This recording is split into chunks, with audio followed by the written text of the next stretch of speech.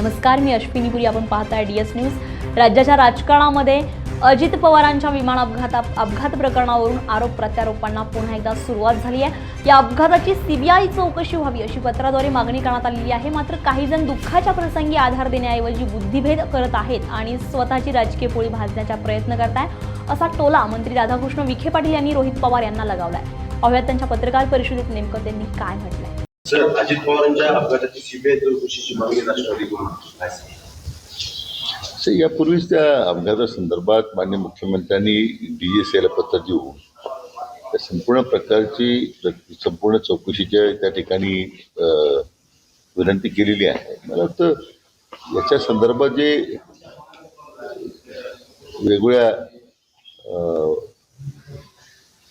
त्या ठिकाणी गोष्टी पुढे आणण्याचा प्रयत्न होतोय, तर म्हणजे या अशा दुर्दैवी प्रकरणामध्ये राजकारण करण्याचा जो प्रयत्न सुरू आहे तो दुर्दैवी आहे. आणि चौकशीमध्ये मोठी राज्यातली दुर्दैवी घटना घडलेली आहे आणि निश्चितच तर सर्वांना दुःख आहे. आणि याच्यामध्ये काही लोक त्याच्यावर त्या दुःखामध्ये आधार देण्यापेक्षा मला वाटतं लोकांचा बुद्धिभेद करण्याचा काही मंडळी प्रयत्न आहे. रोहित पवार असं म्हणतात की ब्लॅक बॉक्स जो आहे तो आगीपासून सुरक्षित आहे, मात्र राजकारणापासून सुरक्षित नाही.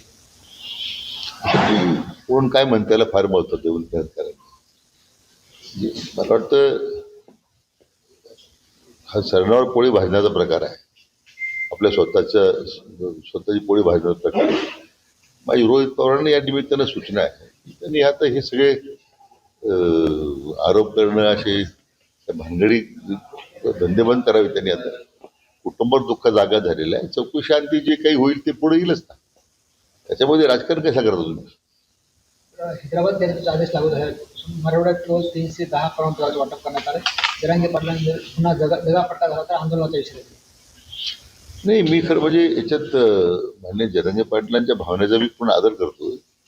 याच्यात काही सरकारची वेगळी भूमिका नाहीच आहे. खरं आतापर्यंत जर मराठवाड्याचा विचार झाला तर साधारण 1.5 लाखापर्यंतचे दाखले पूर्वीच दिले गेलेले आहेत. आता हैदराबाद गॅजेट लागू झाल्यानंतर जी त्यात वंचित राहिलेली लोक आहेत त्याच्यामध्ये वेळोवेळी त्या